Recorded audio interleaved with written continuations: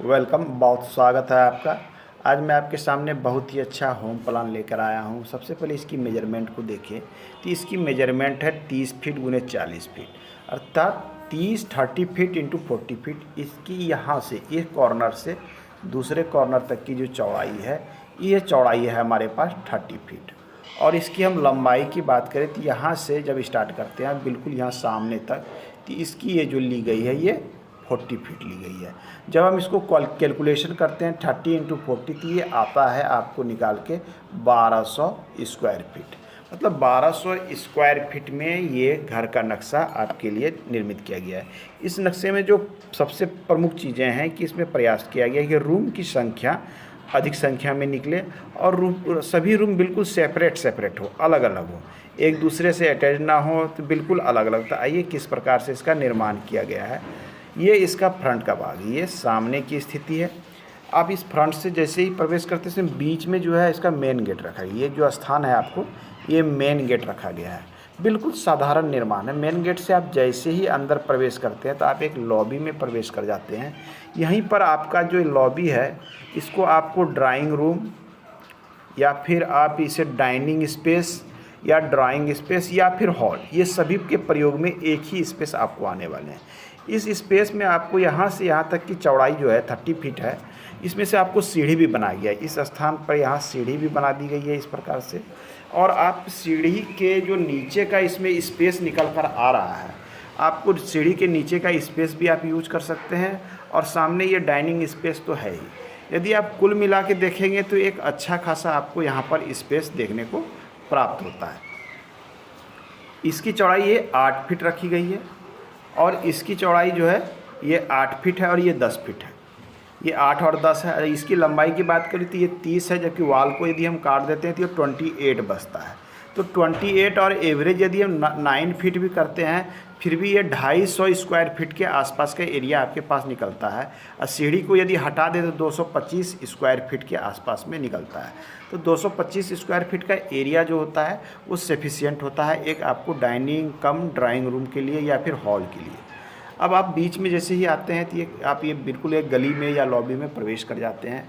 इस गली की सबसे पहले मैं चौड़ाई की बात कर लूँ तो ये चौड़ाई इसकी रखी गई है 4 फीट। आप जब भी गली बना दें तो उसकी न्यूनतम चौड़ाई 4 फीट अवश्य रखनी चाहिए। अब है कि चौड़ाई 4 फीट क्यों, तो एक नॉर्म्स के अनुसार जो है यदि आप 4 फीट की चौड़ाई रखते हैं तो कोई व्यक्ति यदि इधर से जा रहा है और कोई व्यक्ति यदि इधर से निकल के आ रहा है और इसकी चौड़ाई यदि 4 फीट है तो दोनों व्यक्ति ईजी वे में वहाँ पर ट्रैवलिंग कर सकते हैं, उन्हें किसी प्रकार की समस्या उत्पन्न नहीं होगी। लेकिन जैसे ही आप 4 फीट से कम कुछ लोग करते हैं क्या, ये 3 फीट की गली रख लेते हैं, तो ऐसे परिस्थिति में क्या होता है कि एक व्यक्ति जब जाएंगे तो दूसरे व्यक्ति को आते समय उधर से अपनी मूवमेंट को चेंज करके निकलना पड़ेगा। मतलब बिल्कुल वो फ्री होके बाहर नहीं निकल सकते हैं या दूसरा व्यक्ति अंदर नहीं जा सकता जब आप केवल 3 फीट की चौड़ाई रखते हैं। इसलिए 4 फीट की चौड़ाई आपको रखना चाहिए, ये अच्छा भी होता है। और किसी भी प्रकार के सामान को अंदर निकालना है बाहर निकालना है, क्योंकि आप जब अंदर में घर बनाते हैं तो आपको रूम में बहुत सारे सामान भी रखने पड़ते हैं। तो 4 फीट की मूवमेंट में क्या होता है कि आपको कभी किसी प्रकार की ट्रबल नहीं होती। अब आइए गली से जब हम अंदर चलते हैं तो यहीं पर आपको यहीं से मिल जाता है लगा हुआ रसोई घर। ये रसोई घर दिया गया है। रसोई घर की मैं साइज सबसे बड़ी महत्वपूर्ण है साइज। तो इसकी साइज़ यहाँ से यहाँ तक जो है ये साइज़ जो है इसमें रखी गई है 11.6 इंच। और ये जो इसकी ये रखी गई है 8 इंच, 8 फीट। जब हम इसे गुना करेंगे तो ये लगभग 92 स्क्वायर फीट के आसपास आती है। 92 स्क्वायर मतलब ये लगभग 100 स्क्वायर फीट तो नहीं है, 90 स्क्वायर फीट के आसपास में या उससे प्लस में। तो रसोई घर आपके लिए सफिशिएंट साइज़ का है। अब बिल्कुल यहाँ लेफ़्ट साइड में आपको शौचालय दिया गया है। तो इसकी लंबाई जो यहाँ पे 11.6 इंच है और इसकी चौड़ाई जो है 4 फीट है। तो यहाँ आपको शौचालय बाथरूम दोनों एक में मिल जाता है। जब आप थोड़ा और प्रवेश अंदर करते हैं तो यहाँ पे आपको एक रूम मिल जाता है बिल्कुल यहाँ राइट साइड में। ये राइट साइड में एक रूम मिल जाता है R1 और यहाँ लेफ़्ट साइड में आपको दूसरा रूम मिल जाता है R2। बिल्कुल आमने सामने में ये 2 रूम दिए गए हैं। अब इस रूम की मेजरमेंट देख लें। इसकी चौड़ाई चूँकि सभी चौड़ाई कॉमन ही है तो ये चौड़ाई जो है 11.6 इंच, 11 फीट और 6 इंच है। सेम जो है और इसकी जो यहाँ से यहाँ तक लंबाई ये 10 फीट है।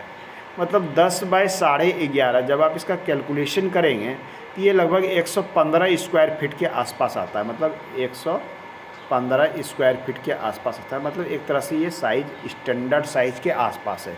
स्टैंडर्ड साइज़ में लोग 10 बाय 12 रखते हैं, मतलब 120 स्क्वायर फीट का मेजरमेंट रखते हैं। अब आइए सेम साइज़ का ये भी रूम है, और ये भी, इस रूम की बात करें तो ये भी रूम बिल्कुल सेम साइज़ की, मतलब 4 रूम इसमें बनाए गए हैं, सभी के साइज़ एक रखे गए हैं। अर्थात सभी रूम की जो साइज़ें हैं वो 115 स्क्वायर फीट आपको इसमें मेजरमेंट रखी गई है। अब इसमें कि 2 शौचालय दिए, एक शौचालय बाथरूम तो यहाँ पर है, दूसरा शौचालय बाथरूम यहाँ एडजस्ट किया गया है। तो इसमें 2 शौचालय बाथरूम मिल जाते हैं। रूम की संख्या देख ले तो ये R1, ये R2, ये R3, ये R4, ये है आपको T1, ये T2, और ये किचन, ये ड्राइंग कम हॉल, और ये स्ट्रेयर। टोटल चीज़ें बिल्कुल सिस्टमेटिक वे में मिलते हैं। बिल्कुल सभी रूम सेपरेट सेपरेट हैं। इसमें आपके पास मिलता जुलता प्लान हो तो इस प्लान का नकल किया जा सकता है। आज के अंक में इतना ही। धन्यवाद।